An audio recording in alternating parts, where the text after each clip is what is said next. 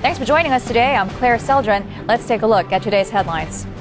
If this weather has you coughing, sneezing, or itching, you're probably one out of millions of Americans who suffer from allergy each year. As a massive oil spill in the Gulf of Mexico drifts closer to Louisiana shore, some people are rethinking their support for offshore drilling. There's a buzz on Wall Street on whether the financial reform will prevent another meltdown. A bitter dispute over limited water resources is fueling new tensions between India and Pakistan. A generous tax credit and low interest rates are helping the housing market keep afloat. A Libyan airplane carrying 104 passengers crashed as it approached Tripoli's airport, killing everyone on board.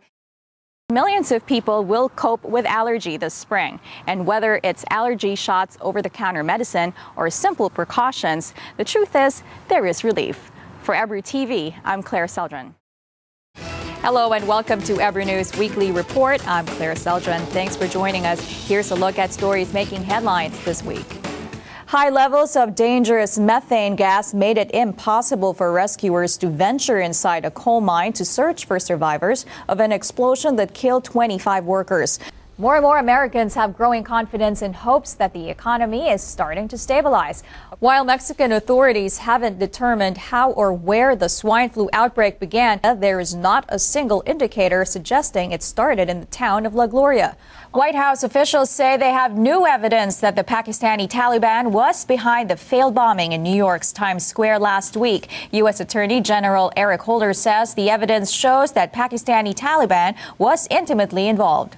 In other news, General Motors CEO Frederick Fritz Henderson has resigned after 8 turbulent months as head of the largest U.S. automaker. The Republican leader in the Senate says President Obama's nominee to the Supreme Court must prove she won't be a rubber stamp for the White House. One of the most devastating losses for people suffering from dementia is they can no longer recall precious memories from their past. Now, a group of scientists in Britain has designed a computer game that helps them retrieve those memories.